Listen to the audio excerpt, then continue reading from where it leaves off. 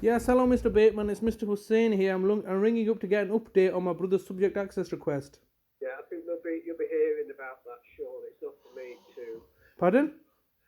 There's some legal action being taken, so I'm not at liberty to give you the document. Some legal action? Yeah, there is. Yeah. Against whom? Not by me. I understand that, but irrespective, you have a legal obligation, don't you? No, I don't. I've spoken to the data protection people. They're aware that there's an application to revoke the lasting power of attorney. Oh, there's been an application to revoke it. This is the first I'm hearing about it. Why is that? Yeah. Well, I don't know. That's not for me. I'm not the person making the application, as you've just said. I understand this, but what's that got to do with with yourself? Because obviously, at the time we made the application was in November.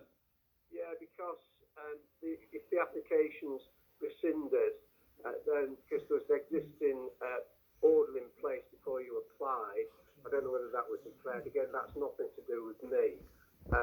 It may be invalid. So, I understand, but how have you been made aware of this? just the contacted me and told Who contacted you?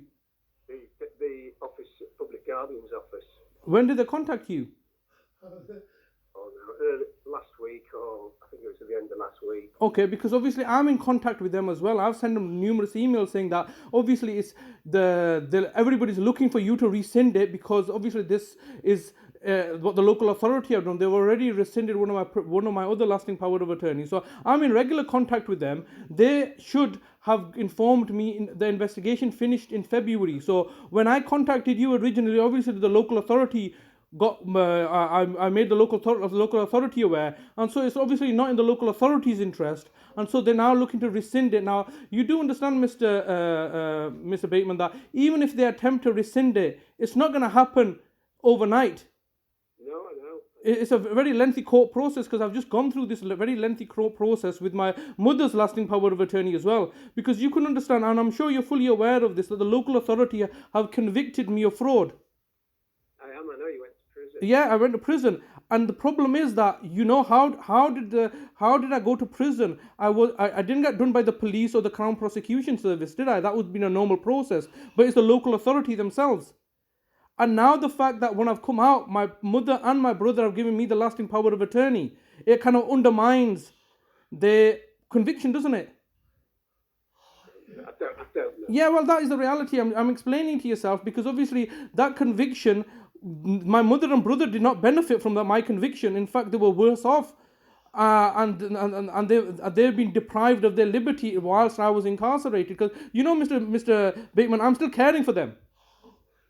How can you try to understand? I mean, you're an intelligent guy. You're a solicitor. How can it be that I've been convicted of defrauding my mother and my brother substantial money, and yet only yesterday the local authority came and hand delivered me their benefit money? Well, like I said, it's much more complicated than as it first seems, but that is irrelevant. I mean, the reality is that you shouldn't even know all this information, because you're a third party. But because they've made you aware and advised you, as you've made me aware, how does that, as it stands today, how does that affect you and the subject access request that we've made? Because I've told the subject access data people, I've taken advice from them, they've told me not to do anything. So we have taken advice. Yeah, because I've also rang them up today. Is it Victoria James? It might be the lady we spoke to. Yeah, because obviously what they've told me is that they've contacted yourself. I'm the one that raised the complaint. And if you recall, in our first conversation, you said go complain to somebody. So I did complain to somebody. I complained to the Information Commissioner's office, and because of the coronavirus and all their own delays, there's been a delay in that. But I firstly contacted them. They've got back to me, and the legislation is very, very specific. As it stands, at the time of making the subject access request, it was valid. Today it's valid. At some later stage, it may be invalid. That potentially could be the case. But what has that got to do with yourself? I'm just trying to clarify this. I think my view is that until that has been tested, I was aware of the problem with it, and that there was a deputyship in place.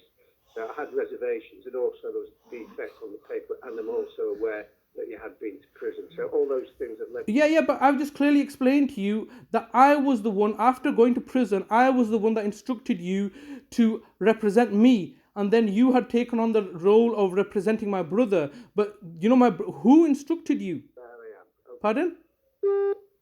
What's he doing? Why is he putting the phone down on me?